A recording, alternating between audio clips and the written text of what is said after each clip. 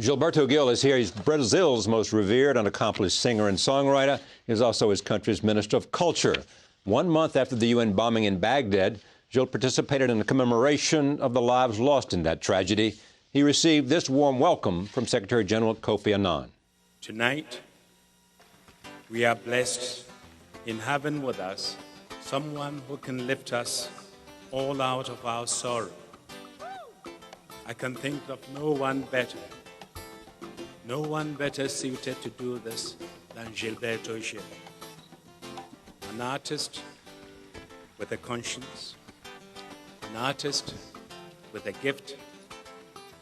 Gilberto has given the world a kind of music that seeks to empower people as much as to move them. Soy loco por ti, América. Yo voy a traer una mujer playera, que su nombre sea Martí, que su nombre sea Martí. Soy loco por ti de amores, tenga como colores la espuma blanca de Latinoamérica y el cielo como bandera, y el cielo como bandera. Soy loco por ti, América, soy loco por ti de amores, soy loco por ti, América, soy loco por ti de amores. I am pleased to welcome Gilberto Gil to this table for the first time. Listening to that, how did that come about? How did you become a singer-songwriter? Oh, in Brazil, it's all over, I suppose. It's very simple that, you know, kids get involved with music, with a deep taste for music and that sort of thing. So the ways start to be open and we just follow, you know, the trend. I mean, of course, it demands a little energy, a little commitment, a little will and everything, but and lots of practice. And lots of practice, but Brazil is very musical. It's a musical country. So it started in Bahia 55 years ago. Was there one person that influenced you more than anyone? My mother, definitely, yeah. At the very beginning, my mother, because she was very enthusiastic about something that she found as a gift, as a talent, you know, for music in me, and she was supporting it. And at the age of 10, she told me I should go to a music school, and then she gave me an accordion, which was a very important instrument at that time in Brazil, because the master of Brazilian country music at the time, a big national name, Luis Gonzaga, was an accordion player. And an accordion had a lot to do with country music, not only in the area I came from, but all over Brazil, especially in the south. I mean, accordion from European influence, you know, from German, from Italy, from the Mediterranean area. So I started studying accordion, and then later I started studying how to play guitar and everything. So at the age of 21, I was already sort of taking off, you know, as a professional. As a successful professional. Yeah. The interest in politics started early? Also, I think, especially during my secondary school and university period, coinciding with the very sort of boiling situation in Brazil, ending up with the coup d'etat that took the military on power, you know, and democracy off. And then the whole Brazilian society had a reaction, a natural reaction, and intellectuals, artists, and you know, the whole cultural sector played a role, very important role in sort of protesting and contesting and confronting the military regime, and finally being able to get democracy back, you know. And at that time, I got really interested in politics. I mean, I was in university, I was reading books, I was studying the heroes, you know, the political universal heroes, and so and so. And that motivation, that local motivation, sort of made me sort of, you know, get really interested in public action and politics, you know. Everybody talks about Brazil as a great country, and don't take this wrong, of the future. Its power is coming. It's been great always in your mind, but it is a place that everybody looks like when you think about the economic and geopolitical shape of the future. Brazil is one of the countries you talk about. Yeah, it's one of the 5 emerging powerful countries today, you know, because of the size of the territory, because of the size of the population, because of the resources, you know, in various terms, and also because of the soul, the spirit, you know, the way, you know, the easy way of being. I mean, I think for you mean peace, its culture makes a difference? Yeah, culture makes a difference. I think that for the future, especially now when you have those, you know, clashes going on between, you know, parts of sectors of different cultures, sectors of different religions, and that sort of thing. I think that sort of a melting pot, not only racial but cultural, that we have, cultural, religious, you know, that we have in Brazil, will help a modeling of new possibilities for understanding, for peacemaking, and all those things. I mean, I think that the contribution of Brazil from now on, it's going to be increasingly more influential. More influential. Yeah. You're close to President Lula? Yes, I'm his. I know you're his minister. I know. I said that, but I mean, you're close to him. Oh yeah, in a sense. I've known cases in which there was a president who had ministers in his cabinet who he was not close to. No, it's not his case. But he's a lot outside. He's a lot out there in the streets. You know, traveling Brazil, traveling the world. We went together to Davos at the very beginning of his term. I saw you 2 years ago when he came and made a big speech. We met there. Yeah. He's been traveling to different places in Europe, in Asia, in Africa. I've been following him in his. He's received some criticism, and from people on the left for a while said he was more pragmatic than they imagined him to be. Pragmatic, they said. And then secondly, there were some corruption issues that arise, as you know. Yeah. Has he emerged from that?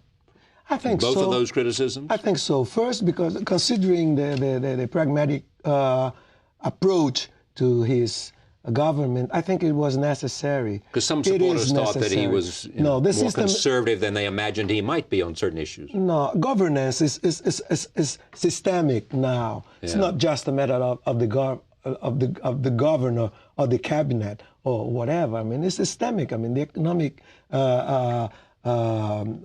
area plays a role. The civil society plays a role. Security, not only in local terms, but in the planet terms, in the planetary terms, plays a role. So, I mean, economy in general plays a role. So it's not just a matter of personal will or I'm going to do that, I'm going to take that, I'm going to deconstruct that to build another thing. I mean, we have to have sustainability and stability. And I think that was the choice that President Lula took in terms of keeping a good, solid economic policy.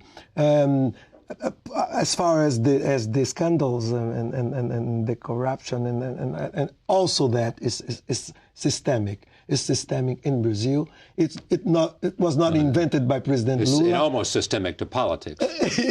In politics, but not only politics. No, exactly. Not only politics. But what's interesting right now, for me, we haven't thought much about Latin America. We've thought a lot about China and India and the Middle East. But Latin America is changing.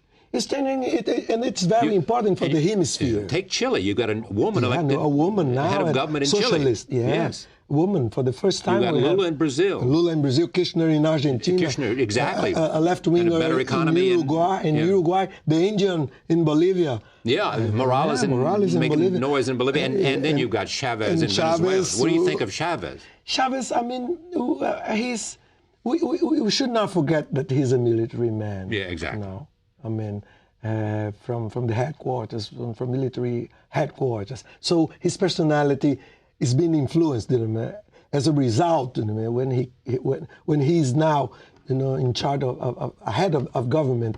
I mean, he has that sort of thing. I mean, he likes confrontation, and he's solid in in the terms of military force. That gives his personality, his government, a certain touch.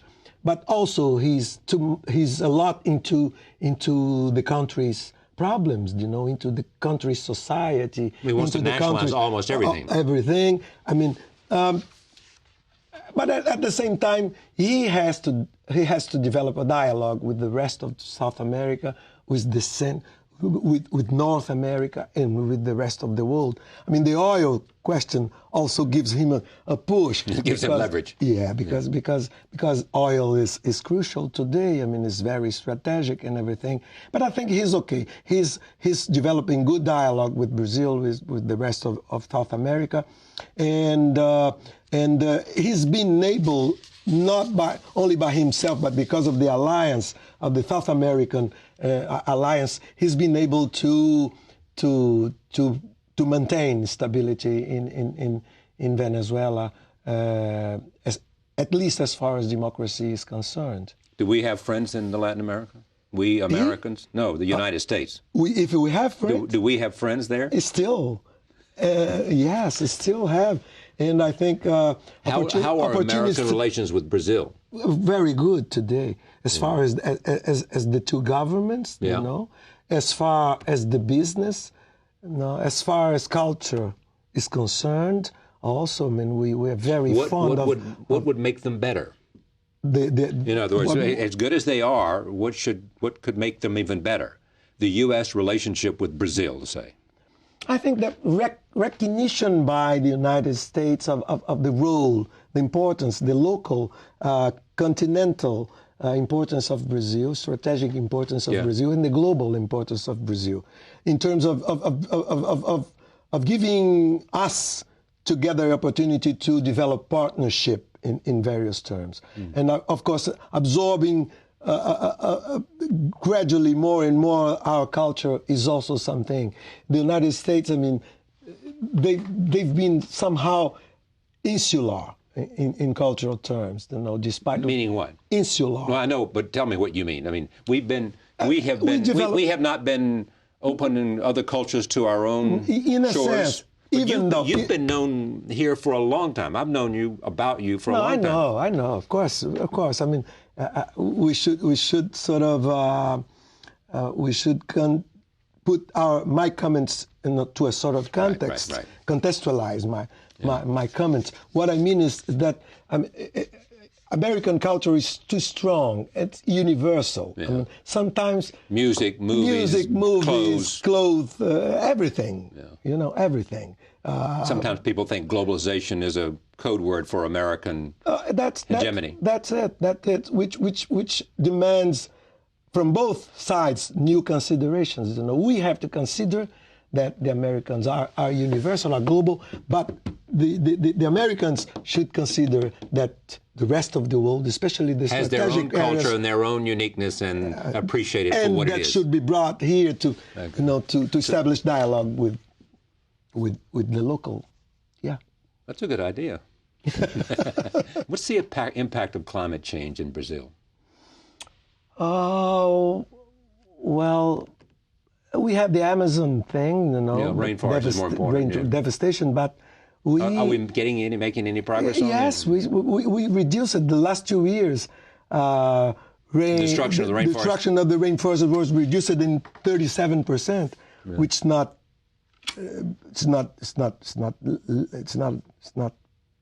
It's significant. It's not insignificant. It's not insignificant. It has a so and the ocean problem. It's not too bad. It's under control. I mean, the rivers, the water. We have 15% of the drinking water resources of the world. Great. I mean, which is a lot. So we have to take care of that also.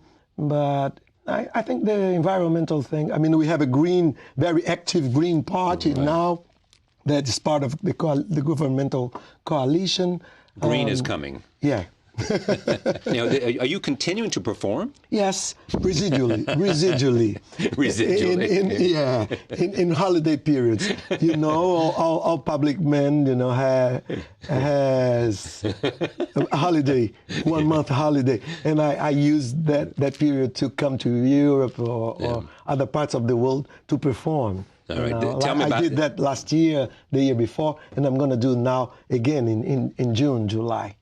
Oh, this is great. One of the titles here is Chuck Berry, Fields Forever. Forever, yes. That's sort of using the Strawberry Fields Forever title of the Beatles and paying a homage to one of the greatest of all times. Yeah, one of the great Berry. guitarists ever. Yeah. Chuck Berry, Right, yes. Yeah, great Chuck. This album is called Electroacústico. Electric acoustic. This blend, you know, that we have today. All the universal pop music today is at the same time electric and acoustic. You know, it's a good blend. So it's a commenting on this you know, mixture. The album is about that. Yeah. Great to see you. Great to see you, Charlie.